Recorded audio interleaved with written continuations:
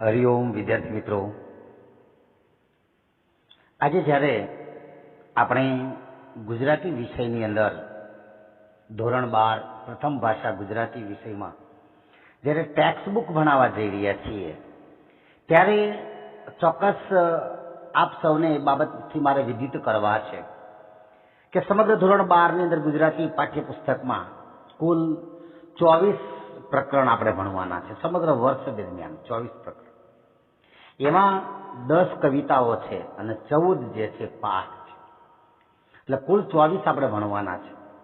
આ 24 જે છે એ રીતે ભણવાના છે કે આમ આપણને આમ ખાલી નજર કરવામાં આવે અને નજરમાંથી આપણને અંદાજ આવી જાય કે બસ આ પ્રકારના પ્રશ્નો તો એ પૂછાશે.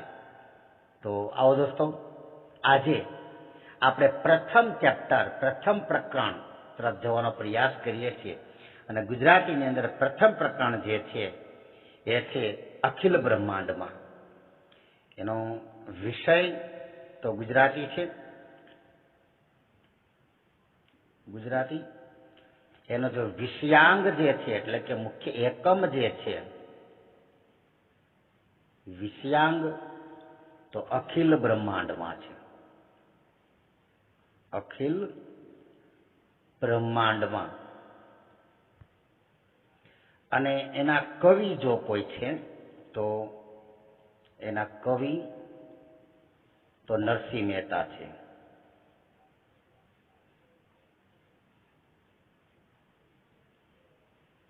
સાહેબ, તમને પરીક્ષાની અંદર આ ચેપ્ટરમાંથી આ પ્રકારનું પૂછાય છે, યાદ રહે દરેકને.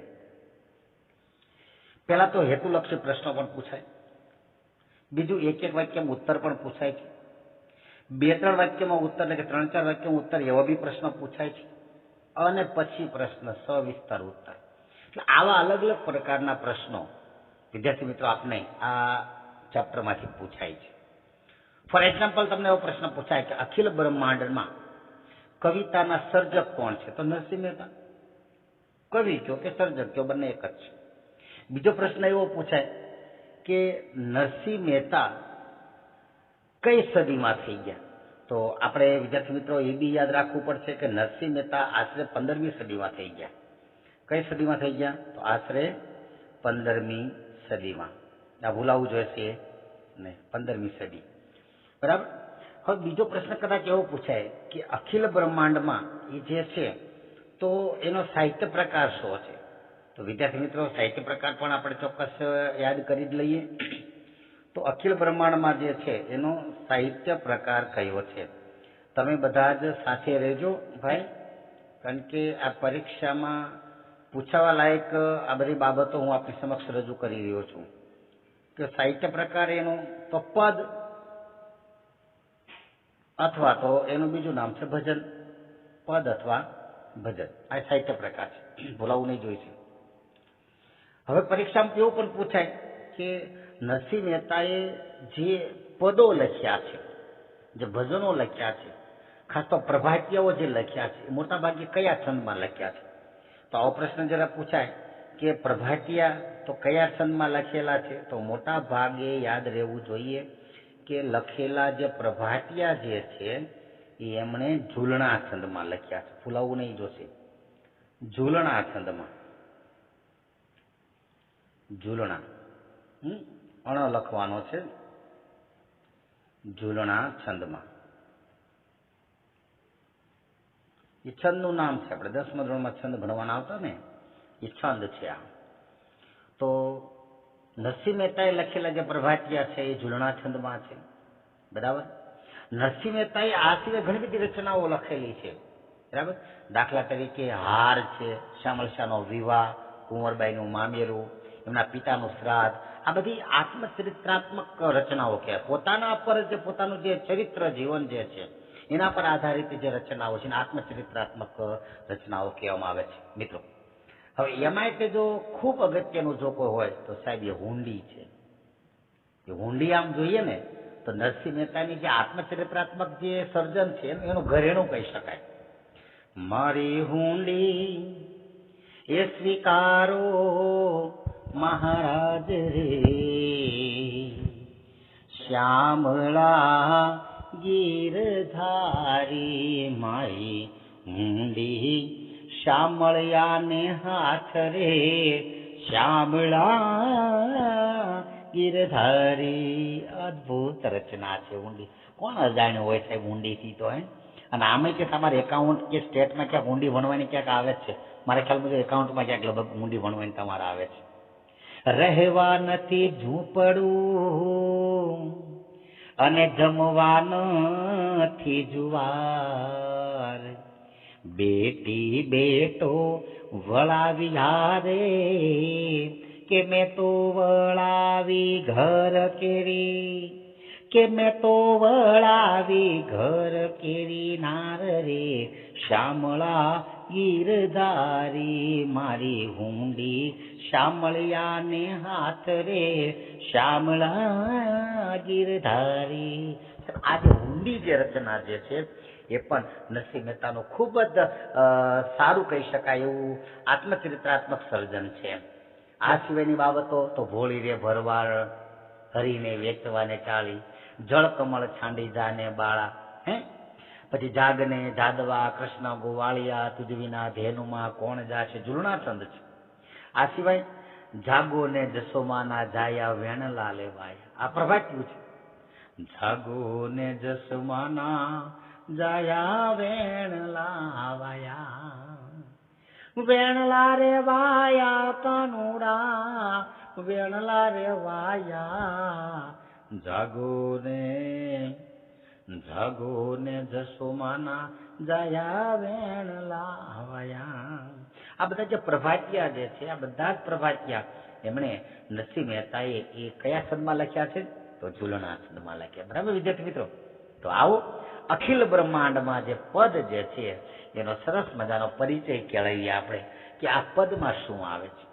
મારે તમને જરા પૂર્વ ભૂમિકા મેં બાંધી જ દીધી છે ત્યારે એક સરસ મજાની શરૂઆત કરી કે સમગ્ર બ્રહ્માંડની અંદર, સમગ્ર વિશ્વની અંદર, સમગ્ર સૃષ્ટિની અંદર સાહેબ ઈશ્વર એક છે પણ એના નામ અલગ અલગ છે. ભલામણ રામ, રહીમ, માધવ, કેશવ, अंत नाम तो एक है, जिसको तुम बिस्मिल्लाह कहते हो वो ये विष्णु हमारे.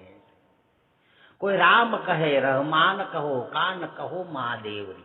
राम कहो, रहमान कहो, कान कहो महादेवरी. को ब्रह्मा सकल ब्रह्म स्वयं एवरी. कोई राम कहे, कोई रहीम कहे, कोई माधव कहे, कोई केशव कहे, कोई मुरलीधर कहे, साहेब अंते तो ईश्वर एक ज छे, मात्र तेरा नाम जुदा छे. આ જે બાબત જે છે એ બાબતને ચરિત્રાત્મક કરી છે અખિલ બ્રહ્માંડમાં પદમાં નરસિંહ મહેતાએ. બરાબર? તો વિદ્યાર્થી મિત્રો, મેં આપને લિંક મોકલી દીધી છે અગાઉ, તો એ લિંક પ્રમાણે તમે લિંક ખોલો એટલે સરસ મજાનું પહેલું ચેપ્ટર આપણે ખુલે છે જેનું નામ છે અખિલ બ્રહ્માંડમાં. તો આવો અખિલ બ્રહ્માંડમાં ભણીએ. અને હા, આ જ્યારે પૂરું થશે અખિલ બ્રહ્માંડમાં પદની જે સમજૂતી જે પૂરી થશે એટલે હું ચોક્કસ આ પદને એકાદ બે અંતરો અથવા એકાદ મુખડું ગાઈને હું આપને સંભળાવીશ કે આનો રાગ શું છે એમ. ઓકે, તો જરા જોવાનો પ્રયાસ કરીએ. સાહેબ, અખિલ બ્રહ્માંડમાં એક તું શ્રીહરિ જુજવે રૂપે અનંત ભાસે. અખિલ બ્રહ્માંડમાં એક તું શ્રીહરિ જુજવે રૂપે અનંત ભાસે. સાહેબ અઘરા શબ્દોની વાત કરીએ તો અખિલ, તો અખિલ નો અર્થ શું થાય? તો અખિલ એટલે સમસ્ત અથવા બધું. અખિલ એટલે સમસ્ત અથવા બધું, સમગ્ર, સમસ્ત અથવા બધું, બધું અથવા સમગ્ર, આ બધો અર્થ એનો થશે. બરાબર?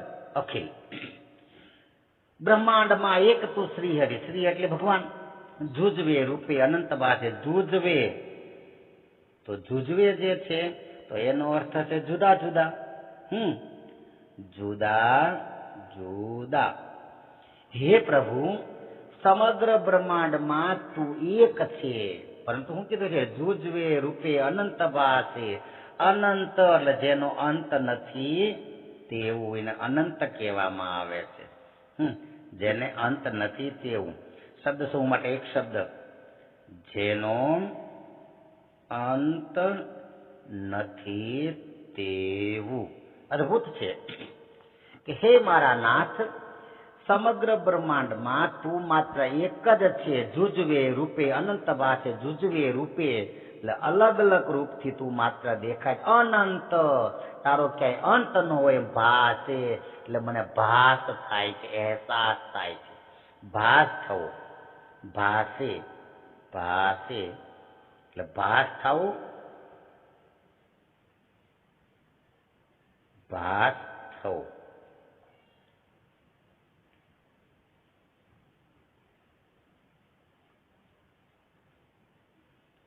ફરીથી આખી પંક્તિ લઈ લો.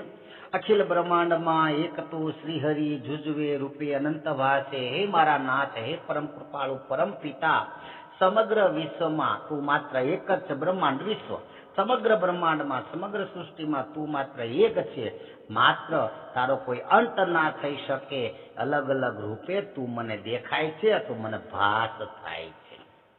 પછી શું કીધું છે? દેહમાં દેવ તું. સાહેબ તળપદા શબ્દોના શ્રેષ્ઠ રૂપો. દેહ, તો દેહ એટલે શરીર, શું થશે? શરીર. દેહ એટલે શરીર થશે.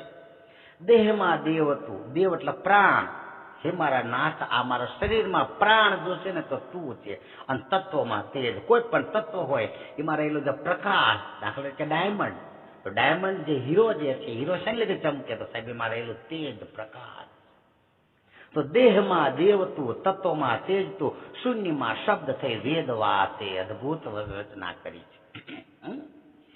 વેદોમાં તું વસી રહ્યો છે.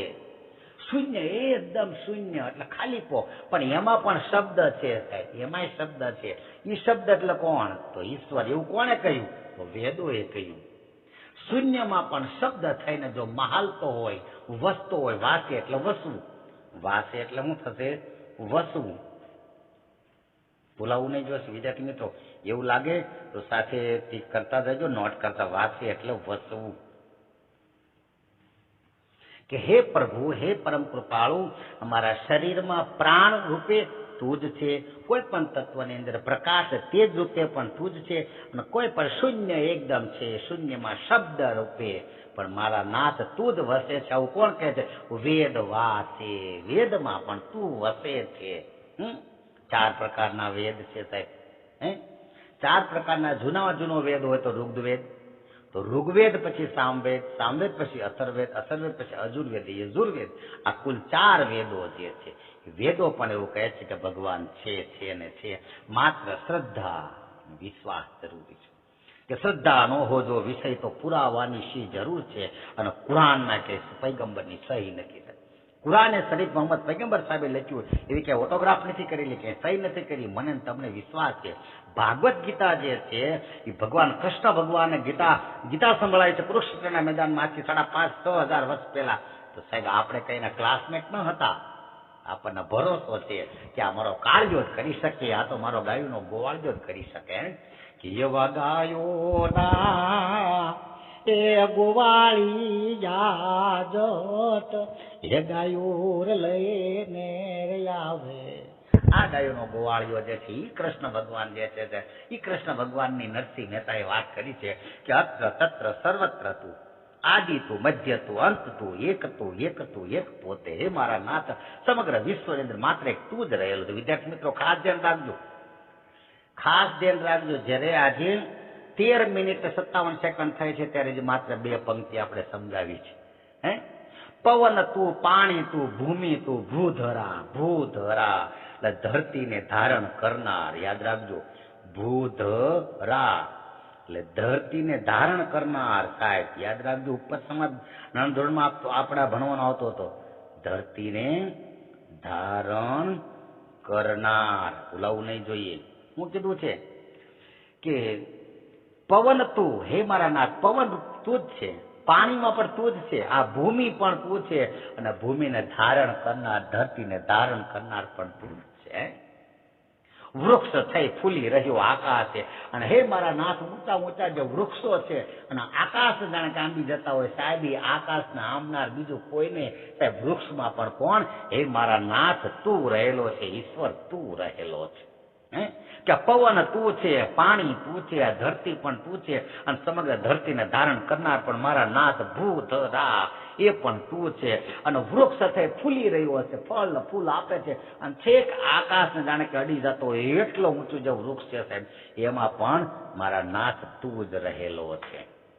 અને હવે પ્રભુ કૃષ્ણ ભગવાનને કહે છે, ઈશ્વરને કહે છે, પરમાત્માને કહે છે નરસિંહ મહેતા કે તે શા માટે આ બધી રચના કરી છે. તો જવાબ એક એક વાક્યના ઉત્તર છે, પ્રભુએ આ સૃષ્ટિનું સર્જન શું કામ કર્યું છે, શા માટે કર્યું છે. તો વિવિધ રચના કરી અનેક રસ લેવાની અદભુત રચના છે કે કુલ સાહિત્યના જે 9 રસ છે, ક્યાંક વીર રસ છે, ક્યાંક શૃંગાર રસ છે, ક્યાંક પ્રણય રસ છે, ક્યાંક રૌદ્ર રસ છે, આવા અલગ અલગ પ્રકારના જે 9 રસ જે છે સાહિત્યના સાહેબ, આ 9 રસની મજા માણવા માટે થઈને ભગવાને સાહેબ અવતાર ધારણ કર્યો છે, અને ભગવાને આ સૃષ્ટિનું સર્જન કર્યું છે. એક એક વાક્યમાં ઉત્તર.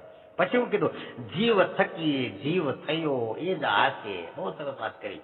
શિવ થકી, થકી એટલે માછી, શિવ માંથી તું જીવ એટલા માટે થયો છે મારા નાથ, અદભુત વર્ણન કર્યો છે. ફરીથી જરા જોવાનો પ્રયાસ કરીએ કે હે પરમ કૃપાળુ પરમ પિતા, હે પરમાત્મા, હે મારા ઈષ્ટદેવ, હે ભગવાન, તે ખરેખર આ સૃષ્ટિની રચના શું કામ કરી છે. તો વિવિધ પ્રકારના રસ જે છે એ રસને માણવા માટે થઈને મારા નાથ તે આ પૃથ્વીની રચના કરી છે, આ સૃષ્ટિની રચના કરી છે. અને બીજું કામ કે શિવ થકી જીવ થયો એ જ આશે. તારી આશા કઈ હતી કે શિવમાંથી જીવ થવું, અને આ તમામ પ્રકારના જે રસો છે રસોનો રમમાણ બની જાવ, રમમાણ તલ્લીન થઈ જાવ એમ. તો ફરીથી ભગવાને સૃષ્ટિનું સર્જન શું કામ કર્યું? અલગ અલગ પ્રકારના સાહિત્યના રસોને માણવા અને તેમાં તલ્લીન થઈ જવા માટે, શિવમાંથી જીવ થઈ એ આશા મેળવવા માટે તેને સૃષ્ટિનું સર્જન કર્યું. ઓકે, ખૂબ સુંદર મજાની કવિતા ચાલી રહી છે. વળી પાછું વેદ તો એમ વદે, શ્રુતિ સ્મૃતિ શાખ દે. અદભુત વર્ણન કર્યું છે સાહેબ. વેદો તો એમ વદે, વદે એટલે કહે છે, વદેનો અર્થ શું થશે? કહે છે. જરા જોવાનો પ્રયાસ આપણે કરીએ છીએ. વેદો શું કહે છે? વેદ તો એમ વદે. યાદ રાખજો, વદવું એટલે કહેવું. પરીક્ષામાં પૂછાય છે. તળપદા શબ્દોના શીર્ષ રૂપો આપો. વદે, વદે એટલે કહે. સાથે લખતા જજો સાહેબ. વદે એટલે કહે. તો વેદો શું કહે છે કે શ્રુતિ સ્મૃતિ શાખ દે. અદભુત રચના છે, અદભુત રચના છે, અદભુત રચના છે સાહેબજી. આમ જરા જોવાનો વાક્ય શ્રુતિ, તો શ્રુતિ એટલે શ્રવણ દ્વારા પ્રાપ્ત કરેલી, કાન દ્વારા આપણે જે સાંભળીએ છીએ તે, એનું નામ શ્રુતિ. શ્રુતિ, શ્રુતિ એટલે શ્રવણ દ્વારા, એટલે કાન દ્વારા સાંભળેલું. શ્રવણ દ્વારા, શ્રવણ દ્વારા પ્રાપ્ત થયેલું, દ્વારા પ્રાપ્ત થયેલું. અને સ્મૃતિ જે છે, સ્મૃતિ એટલે શું? યાદ રાખજો, બધા શબ્દો યાદ રાખજો. એટલે વેદ પછીના જે ધર્મશાસ્ત્રો છે ને, વેદો પછીના જે ધર્મશાસ્ત્રો, વેદો પછીના જે ધર્મશાસ્ત્રો છે, ધર્મ શાસ્ત્રો જે છે, ધર્મશાસ્ત્ર સ્મૃતિ કહેવામાં આવે છે. ભૂલાવું નહીં જોશે, યાદ રહે દરેકને કે શાખ દે એટલે પુરાવો આપે છે, સાક્ષી આપે છે. શાખ એટલે સાક્ષી, શાખ એટલે સાક્ષી, એટલે પુરાવો જેને આપણે કહીએ છીએ, સાક્ષી અથવા પુરાવો. આખી પંક્તિ જરા જોઈ લે. વેદ તો એમ વદે, શ્રુતિ સ્મૃતિ શાખ દે. વેદો તો એમ કહે છે કે શ્રુતિ એટલે સાંભળીને જે મેળવ્યું તે, અને વેદો પછીના જે ધર્મશાસ્ત્રો છે પણ પુરાવો આપે છે. વેદો પુરાવો આપે છે. વદે એટલે કહે છે, વેદો પણ કહે છે.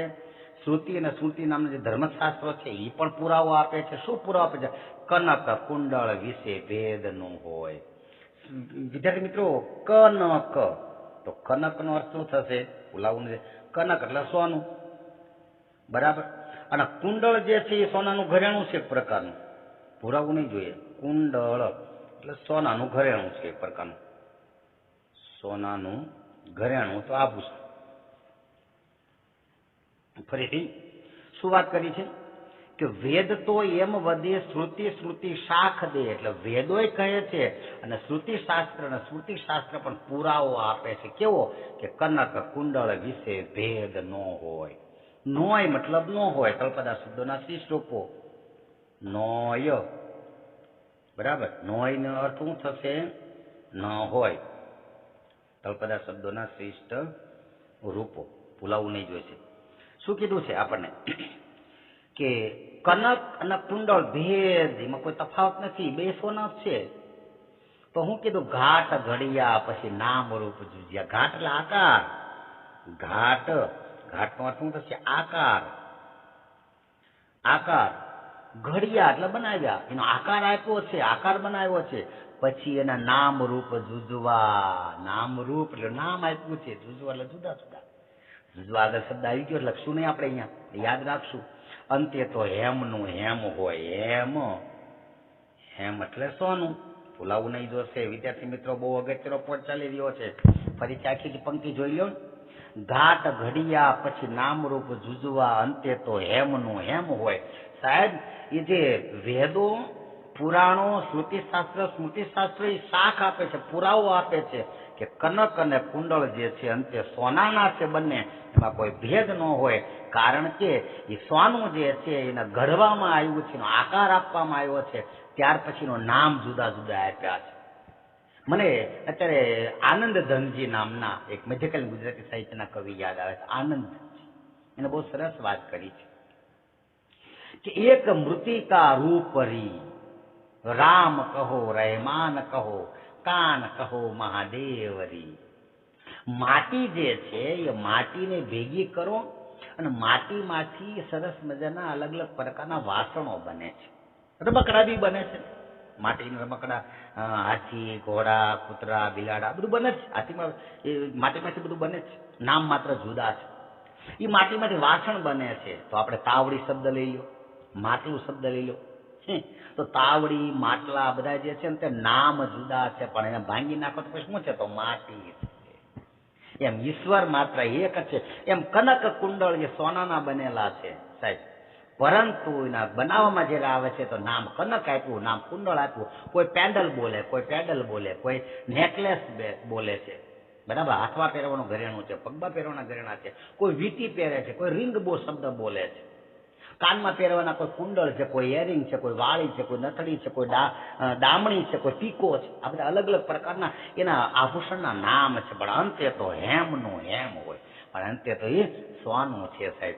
બહુ સરસ વાત કરી. ઈશ્વર જે છે કોઈ કાળિયો કે, કોઈ માધવ કે, કોઈ માધવ કે, કોઈ દાસ કે, કોઈ પુરુષોત્તમ કે, કોઈ કૃષ્ણ કે, કોઈ રામ કે, રહેમાન કે, કોઈ ઈશ્વર કે, કોઈ અલ્લાહ કે, અંતે તો એક જ છે. વિદ્યાર્થી મિત્રો, આગલા જે ખંડ હતો એ ખંડની અંદર આપણે વાત કરેલી કે અંતે હેમનું હેમ હોય, બરાબર છે. અને ત્યાંથી આપણે પાછા આગળ જવાનો પ્રયાસ જ્યારે કરીએ છીએ. ગ્રંથે ગરબડ કરી વાત નવ કરી ખરી. જે ગ્રંથો જે છે એ ગ્રંથો એવી ગરબડ કરી નાખી છે ભલામણ. અને કેવી ગરબડ કરી છે કે એ જે ગરબડ કરી છે એ ગ્રંથોએ કરી નથી. બહુ સમજવા જેવું છે. આપણે ગ્રંથોને સમજવામાં ગરબડ કરી છે, એટલે ગેરસમજ કરી છે આપણે સમજવામાં. સાચી વાત આપણે કરી નથી. જેને જે ગમે તે પૂજે, કોઈ હનુમાન દાદાને પૂજે, કોઈ નરસિંહ ભગવાનને પૂજે, કોઈ કૃષ્ણ ભગવાનને પૂજે, જેને જે વધારે અનુકૂળ આવે એ પ્રકારે પૂજે છે. મન વચન કર્મથી આપ માની લહે. લહે એટલે લે, લહે, લહે એટલે લે. બહુ સરસ વાત કરી. તળપદા શબ્દોના શિષ્ટ ઉપર પરીક્ષામાં પૂછાય છે, યાદ રાખજો વિદ્યાર્થી મિત્રો. લહે એટલે લે. મન, કર્મ અને વચનથી આપ પોતે પોતાના જે માની લે સાહેબ એ જ સાચા છે, સત્ય છે, એ જ મને એમ સૂજે. સત્ય આપણું મન જે છે, જો એમ મનમાં એમ સૂજી જાય કે મારા માટે ખોડિયારમાં સારા, મારા માટે ચામુંડમાં સારા, મારા માટે કાળિયો ઠાકર કૃષ્ણ સારો, મારા માટે વિષ્ણુ સારા, મારા માટે ભગવાન રામ સારા. મન, કર્મ, વચનથી જે ભક્તિ કરે સાહેબ એ જ સાચું છે, બાકી બધું નકામું જ. કહેવાનો મતલબ કે મન કર્મ અને વચનથી જેને તમે ઈશ્વર માનો છો એ જ સાચું છે. પછી તમે રામ કહો, રહેમાન કહો, માધવ કહો, દાસ કહો, પુરુષોત્તમ કહો, ઠીક પડે કહો, પણ મન કર્મ અને વચનથી તમારું હૃદય જે આપ એટલે પોતે તમે પોતે જે સત્ય માની લો એ જ સાચું છે. બરાબર. અને પછી છેલ્લે બહુ સરસ મજાની વાત આપણા કવિએ કરી છે કે વૃક્ષમાં બીજ તું. સાહેબ કાર્યકારણનો સંબંધ છે કે વૃક્ષમાં બીજ તું અને બીજમાં વૃક્ષ તું. સાહેબ બીજ વગર એ વૃક્ષ નું અસ્તિત્વ નકામું છે. બીજ એટલે બી આપણે જે કહીએ છીએ.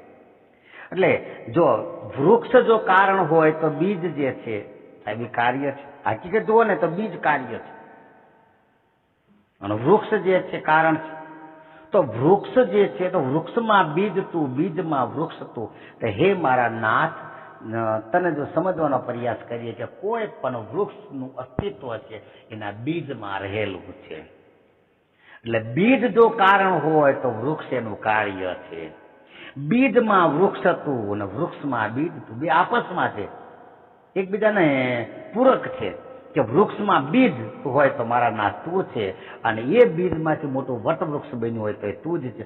જો પટંતરો એ જ પાસે, પટંતરો એટલે પડદો, બંને વચ્ચેનો જે તફાવત જે છે તે અંતરપટ જેને કે પટંતરો એટલે બંને વચ્ચેનો જે પડદો જે છે હું હાલમાં જોઈ રહ્યો છું.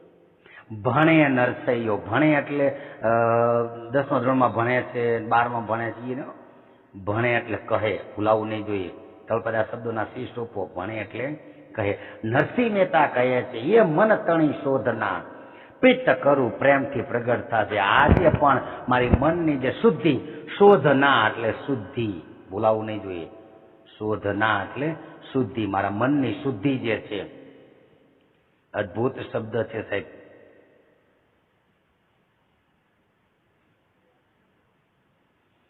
શું લખ્યું છે? એ મન તણી શોધના, પ્રીત કરું પ્રેમથી પ્રગટ થશે. મારા મનની અંદર મારું જે શુદ્ધિકરણ જે છે મેં એવું શુદ્ધ કર્યું છે. શું છે? કે હું પ્રીત કરું, મારા નાથને પ્રીત કરું તો મારો નાથ પ્રેમથી પ્રગટ થશે સાહેબ. કારણ કે મારા નાથ ન જોઈએ, મારે કોઈ બીજું કઈ ન જોઈએ, જાત ન જોઈએ, મારે તો માત્ર ને માત્ર મારો નાથ જોઈએ સાહેબ. બહુ સરસ વાત કરી છે કે ભણે નરસૈયો. આખું જોઈ લો કે હે પ્રભુ, હે કૃષ્ણ ભગવાન, હે પરમાત્મા, હે પરમ કૃપાળુ, તું વૃક્ષમાં બીજ તો તું જ છે અને બીજની અંદર વૃક્ષ હોય તો પણ તું જ છે. આ બે વચ્ચેનો જે કાર્યકારણ જે સંબંધ જે છે ને, સંબંધ, વૃક્ષ જો કારણ છે, વૃક્ષ જો કાર્ય છે તો બીજ કારણ છે.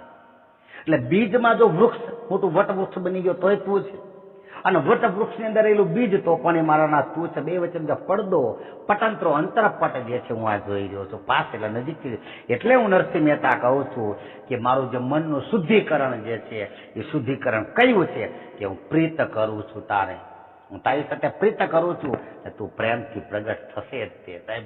એનો વિશ્વાસ છે, ભરોસો છે કૃષ્ણ ભગવાન ઉપર. કારણ કે મારી હુંડી સ્વીકારો મહારાજ રે શ્યામળા ગિરધારી. જો ભગવાને એની હુંડી સ્વીકારી હોય તો આ તો શું વસ્તુ છે?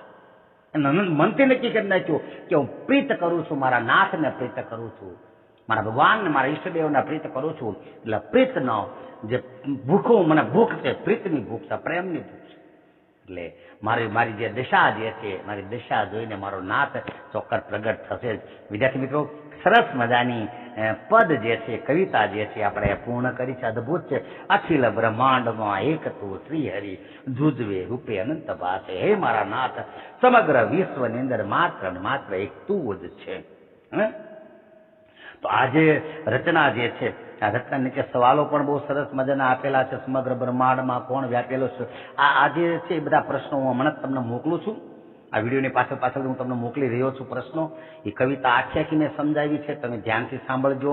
અને પછી ક્યાં પણ પ્રશ્ન ઉભો થાય તો મને સ્પેશિયલ મેસેજ કરજો. એવું લાગે તો ગ્રુપમાં નહીં, મારો નંબર છે, સ્પેશિયલ મેસેજ મને કરજો એટલે હું સમજાવવાનો પ્રયાસ કરું. બાકી તો સમજે બહુ સરળ છે ભલામણ છે. તો એ નીચે જે પ્રશ્નો જે છે એ પ્રશ્નો હું તમને ચાલુમાં સમજાવતો ગયો છું અને એ પ્રશ્નો તમે તમારી રીતે મૌલિક લખજો મારા નાથ. જો કોઈનો સહકાર લેવાનો ચોક્કસ, પણ ઉતારો નથી કરવાનો. સહકારમાં ઉતારામાં બહુ ફરક છે. સહકાર લેજો ચોક્કસ, હું ના નથી પાડતો. અપેક્ષિત હોય, નવનીત હોય, બીજું કોઈ મટીરિયલ સહકાર લેજો મારા બાપ, પણ ઉતારો બેઠો નહીં કરતા મૌલિક લખજો. અને વાત રહી ફોટાની, તો નરસિંહ મહેતાનો જે કવિ પરિચય છે તમારે કવિ પરિચય લખવાનો છે, અને ડાબી બાજુ જમણી બાજુ નરસિંહ મહેતાના ફોટાની જગ્યા ખાલી નોટમાં રાખજો. એ ફોટો પછી આપણે જ્યારે વેકેશન ખુલે, લોકડાઉન ખુલે અને પછી જ્યારે સ્કૂલ શરૂ થાય ત્યારે તંત્ર ફોટાની વ્યવસ્થા કરી નાખશું, પણ અત્યારે તમે ફોટાની જગ્યા રાખજો. કવિતાનો ભાગ અને પાઠના ભાગ નોટબુકમાં જુદા જુદા રાખજો. ઇનકેસ કોઈ વ્યક્તિ, કોઈ વિદ્યાર્થી એમ કે સર અમારી પાસે અત્યારે હાલમાં નોટ નથી, તો રફ નોટમાં લખીને ઉઘડતા વેકેશન સાથે લેતા આવજો બધા જવાબ. જેટલા પ્રશ્નો છે ગૃહ કાર્યમાં આપું છું, આ કવિતા નીચે જેટલા પ્રશ્નો આપેલા છે બધા પ્રશ્નોના જવાબો તમારે લખીને લાવવાના છે. અને બધા જ હું એક પછી વચ્ચે વચ્ચે બધા પ્રશ્નો જવાબ આવી જ ગયા છે, હું કહેતો જ ગયો છું વચ્ચે, બધા આવી જ ગયેલા છે, બરાબર. અને બધા રીતે વ્યવસ્થિત રીતે મૌલિકતા લખજો, બરાબર. મેં તમને હમણાં વાત કરી હતી કે આ જે ભજન જે છે, આ પદ જે છે, એ પદ સરસ રીતે ગાઈ શકાય એવું છે. હું આપની સમક્ષ ગાઈને સંભળાવું છું, એકાદ અંતરો સંભળાવું, કારણ કે મને બી ગળામાં તકલીફ છે એટલે સંભળાવવાનો પ્રયાસ કરું છું. પ્રભાતી પદ છે, ભજન છે નરસિંહ મહેતા. એ અખિલ બ્રહ્માંડમાં એક તું શ્રી હરિ, જુજવે રૂપે અનંત ભાસે. એ અખિલ બ્રહ્માંડમાં દેહમાં દેવ તું, તત્વમાં તેજ તું, શૂન્યમાં શબ્દ થઈ વેદ વાસે. એ અખિલ બ્રહ્માંડમાં પવન તું, પાણી તું, ભૂમિ તું, ભૂધરા, વૃક્ષ થઈ ફૂલી રહ્યો આકાશે. એ અખિલ બ્રહ્માંડમાં એક તું શ્રી હરિ, જુજવે રૂપે અનંત ભાસે.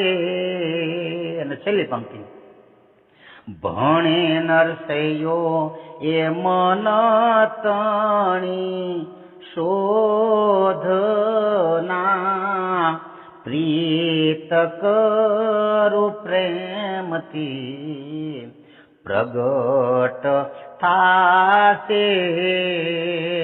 એ અખિલ બ્રહ્માંડમાં. ઓકે વિદ્યાર્થી મિત્રો, દરેકને હરિઓમ. મોની બાપા, આપણા ઈષ્ટદેવ, આપ સૌના મા બાપ ના ચરણોની અંદર વંદન. મોની બાપાના ચરણો વંદન. ભગવાન આપણે સૌનું ભલું કરે. લોકડાઉનની અંદર જલ્દી આપણે સૌ પાછા એક અભ્યાસની અંદર અભ્યાસુ બનીને પાછા અંદર સારી રીતે અંદર સંકળાઈ જઈએ અને ખૂબ સરસ મજાનો પાછો આપણો વ્યવહાર આગળ ચાલે એવી શુભકામનાઓ સાથે જય શ્રી કૃષ્ણ. હરિઓમ.